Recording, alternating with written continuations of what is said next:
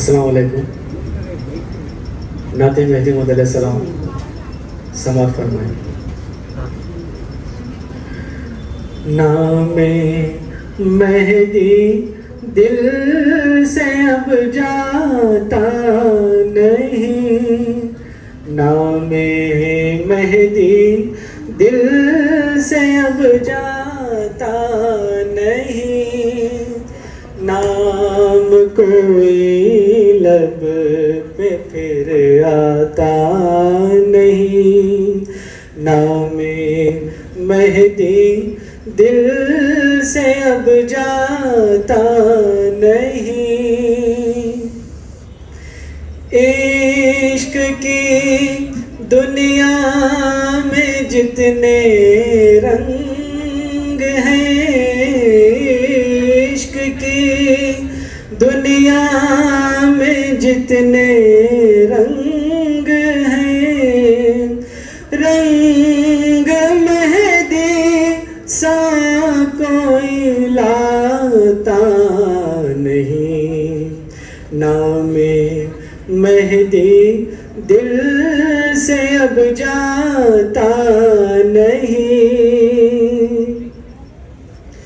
پانے والا فیض کو کھوتا نہیں، پانے والا فیض کو کھوتا نہیں، کھونے والا فیض کو پاتا نہیں، نام مہدی دل سے اب جاتا نہیں. مل گئی منزل جسے موعود سے، مل گئی منزل جسے موعود سے، در بدر کی ٹھوکریں کھاتا نہیں، نام مہدی دل سے اب جاتا نہیں. ہے فرحہ کا ایسا منظر سامنے، ہے فرحہ کا ایسا منظر سامنے، کوئی منظر آج للچاتا نہیں، نام مہدی دل سے اب جاتا نہیں.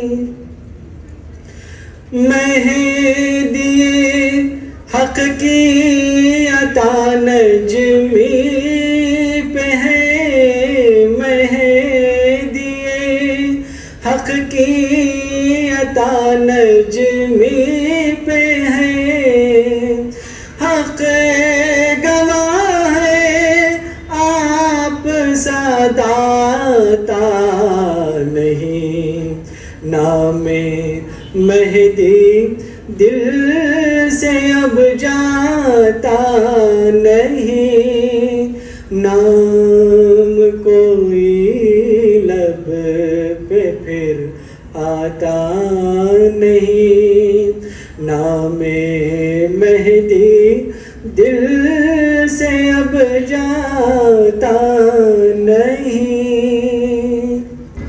اب وہ وقت آ چکا ہے جس کا آپ سب لوگ بے صبری سے انتظار کر رہے تھے،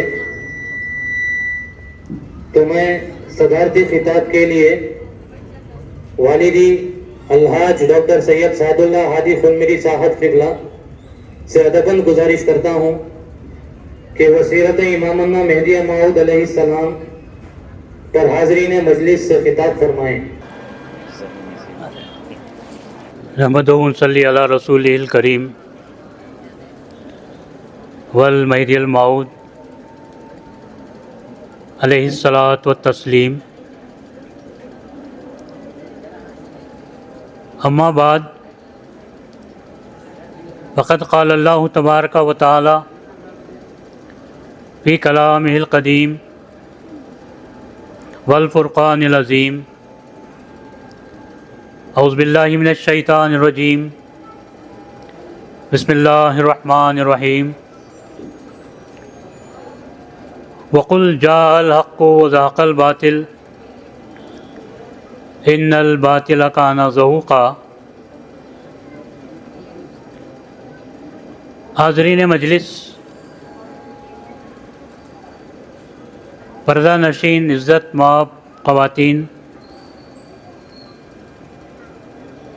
پی یو سی اور ایس ایس ایل سی میں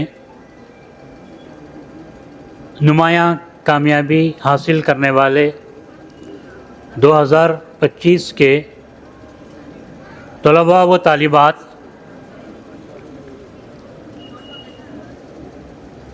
اور پیارے بچوں،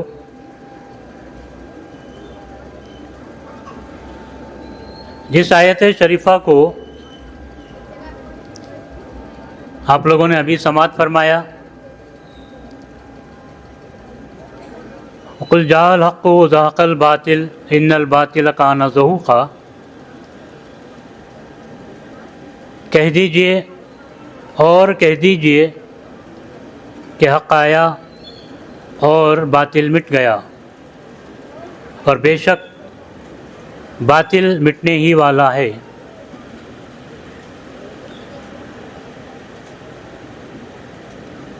شاید آپ لوگوں نے اس آیت شریفہ کو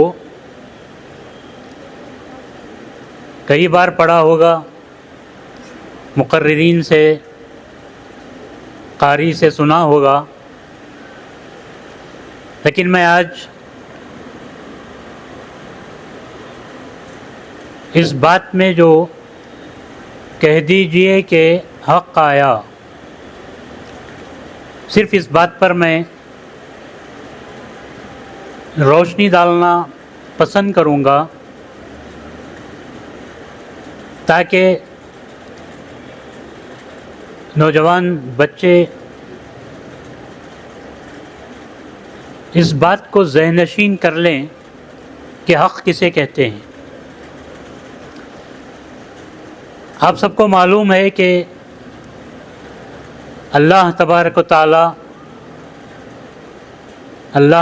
تعالیٰ کی ذات مبارکہ حق ہے، اس میں کوئی دو رائے نہیں ہے۔ لیکن جب اللہ اپنے کلام میں کہتا ہے کہ آپ کہہ دیجئے کہ حق آیا، تو تھوڑا سا اپنے ذہنوں پہ تھوڑا سا زور کو فکر دینا چاہیے کہ جب حق کا تعلق اللہ تبارک و تعالیٰ سے ہے،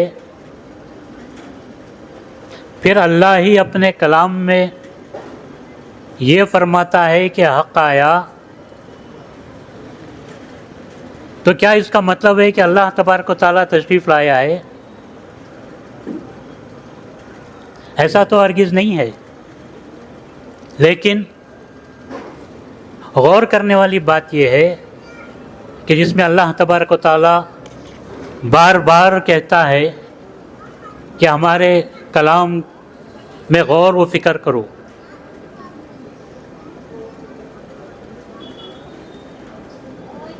تو اللہ تبارک و تعالیٰ خود نہیں آیا لیکن حق نما کو بھیجا۔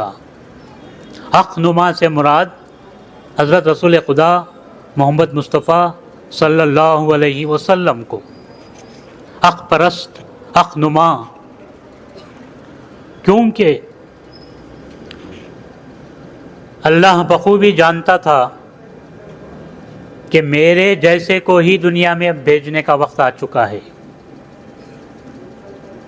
اور اسی لیے اللہ بھی فرماتا ہے کہ اطیعوا اللہ و اطیعوا الرسول، کہ تم کو اللہ کی اطاعت کرنا ہے، رسول اللہ صلی اللہ علیہ وسلم کی اطاعت کرنا ہے۔ کلمے بھی اللہ تبارک و تعالیٰ نے لا الہ الا اللہ کے ساتھ محمد الرسول اللہ کو رکھا، تو اس سے آپ کو اندازہ ہو سکتا ہے یا ہو چکا ہے کہ اللہ تبارک و تعالیٰ کے بعد اگر کوئی مبارک ہستی معصوم من القطع اگر کوئی ہستی ہے تو وہ صرف حضرت رسول خدا محمد مصطفیٰ صلی اللہ علیہ وسلم ہیں۔ یہ بات میں اس لیے بتا رہا ہوں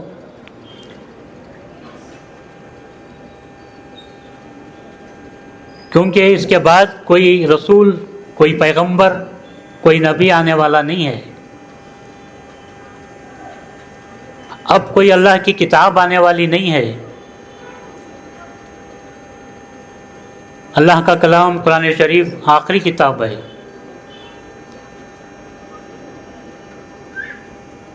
لیکن جس پر اللہ تبارک و تعالیٰ نے دین کو مکمل کیا، جس ہستی کی شریعت قیامت تک چلنے والی ہے، وہی اللہ کے محبوب پیغمبر جن پر نبوت ختم کی گئی، حضرت رسول خدا محمد مصطفیٰ صلی اللہ علیہ وسلم کی ذات مبارکہ ہے۔ لیکن ایسی ہستی جب فرماتی ہے کہ میرے بعد آخر زمانے میں مہدی موعود علیہ السلام آنے والے ہیں، جب وہ آئیں گے تو تم کو چاہیے یہ بات پر غور کریں، تم کو چاہیے کہ ان کے ہاتھ پر بیعت کریں۔ فَإِذَا سَمِعْتُمُوهُ فَأْتُوهُ وَبَايِعُوهُ وَلَوْ حَبًّا عَلَى الثَّلْجِ۔ یہ حدیث شریفہ ہے کہ جس میں آپ صلی اللہ علیہ وسلم کا ارشاد گرامی ہے کہ جب تم کو معلوم ہو جائے کہ مہدی کا ظہور ہو چکا ہے تو تم کو چاہیے کہ ان کے ہاتھ پر بیعت کرو، چاہے کہ تم کو برفیلی پہاڑوں سے بھی گزرنا پڑے۔ دو باتیں غور کرنے کی ہیں۔ سب سے پہلی بات، بیعت کرنے کی بات کیوں کہی جا رہی ہے، اور دوسری کہ برفیلی پہاڑوں کا حوالہ کیوں دیا گیا۔ اس بات کو سمجھنے کی کوشش کریں۔ برفیلی پہاڑی سے مراد ایسا نہیں ہے کہ برفیلی پہاڑ ہوگا، برف والا پہاڑ ہوگا اور تم کو اس کو پار کر کے جائیں گے تبھی بیعت ہوگی، ایسا ہرگز نہیں ہے۔ اس کا معنی یہ ہے کہ مہدی کی تصدیق کرنا، بیعت کرنا اتنا افضل ترین فعل ہے، کام ہے کہ چونکہ برفیلی پہاڑ پر کوئی بھی چڑھ نہیں سکتا، پانی اور برف، یاد رکھیں پانی اور برف انسان کو ٹکنے نہیں دیتا، پھسلن پیدا ہوتی ہے، تو پہاڑ پر چڑھنے کا تو سوال ہی پیدا نہیں ہوتا۔ ہاں اب کچھ اوزار ایسے آ گئے ہیں، کچھ ہتھیار ایسے آ گئے ہیں، کچھ ذرائع ایسے آ گئے ہیں جس کو تم پہاڑوں میں اس لوہے کی چیز کو داغ کر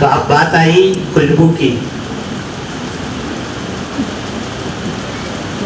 یہ جو کام ہوا ہرن کا آدم علیہ السلام کے زمانے میں، آج میں وہ بات بظاہر کرتا ہوں کہ رسول خدا محمد مصطفیٰ صلی اللہ علیہ وسلم نے کیوں خوشبو کو آپ پسند فرمائیں. یہ تو سب جانتے ہیں، لیکن نوجوان بچوں کے لیے میں کہہ دیتا ہوں کہ رسول خدا محمد مصطفیٰ صلی اللہ علیہ وسلم کو دنیا کی 3 چیزیں پسند تھی. آپ فرماتے ہیں تمہاری دنیا سے مجھ کو 3 چیزیں پسند ہیں. سب سے پہلا نماز، دوسری خوشبو، تیسری خواتین. یہ 3 چیزیں مجھے بہت پسند ہیں. اور ہم کہاں ہیں آج؟ اب میں اس نماز اور عورتوں پہ جاؤں گا تو بہت لمبا ٹائم ہو جائے گا، اس لیے کہ یہ جتنے بھی نوجوان بچیاں ہیں آج حضور صلی اللہ علیہ وسلم کو سچے دل سے مانتے ہیں. کوئی اگر حضور کے بارے میں گستاخی کرتا ہے تو آج کا نوجوان بل بلا اٹھتا ہے. لیکن جب وہی ہستی نماز کا حکم دیتی ہے تو کیا ہم اس ہستی کی بات کا لحاظ بھی ہم کر رہے ہیں؟ آج کا نوجوان نماز سے دور ہے، جو کہ وہ نماز حضور صلی اللہ علیہ وسلم فرماتے ہیں کہ مجھے بہت پسند ہے. آج ہم نماز کو وقتیہ طور پر استعمال کرتے ہیں، نوجوان بچے خاص طور سے. ایگزام آ گیا تو نمازیں شروع، رزلٹ آنا ہے تو نمازیں شروع. دوسرے بھی ہیں جو پابندی سے نماز پڑھتے ہوں گے، لیکن اکثر کیا کرتے ہیں؟ یاد رکھو، تم نماز نہیں پڑھو گے، نماز کا دین کا کچھ گھٹنے والا نہیں ہے. لیکن یاد رکھو، تم نماز نہیں پڑھو گے تو حضور صلی اللہ علیہ وسلم کی روح کو تم تکلیف پہنچا رہے ہو. کیوں؟ کیا حق بنتا ہے تم کو؟ وہ جو حضور کی شان میں گستاخی کرتا ہے تم کو تکلیف ہوتی ہے. جب تم نماز نہیں پڑھتے تو کیا تم نے کبھی سوچا کہ حضور کی روح کو تکلیف ہوتی ہوگی؟ آج کا نوجوان بچہ نہ سوچتا ہے، نہ نوجوان بچے آج کے سوچتے ہیں. اور میں آج بڑے ہی پرخلوص گزارش کرتا ہوں والدین سے کہ جہاں یہ زور زبردستی کرتے ہیں، بعض معاملات میں ڈراتے ہیں. اچھا بچی نہیں پڑھتی ہے یا پڑھتا ہے بچہ تو اس کو ڈراتے ہیں، دھمکاتے ہیں. میں کہتا ہوں ڈرانے دھمکانے کی ضرورت نہیں ہے. خالی ان سے یہ کہو بیٹا تو خالی نماز پڑھ لے، اتنا کہو. یاد رکھو، نماز کے صدقے میں اللہ تو بچوں کے دلوں کو روشن کر دے گا. اللہ ان کے دماغوں کو کھول دے گا اور ایسی برکت ہوگی. کیا برکت ہوگی؟ آج میں وہ بتا دیتا ہوں. برکت کیا ہوگی؟ ایک اچھا نسخہ دے دیتا ہوں آج.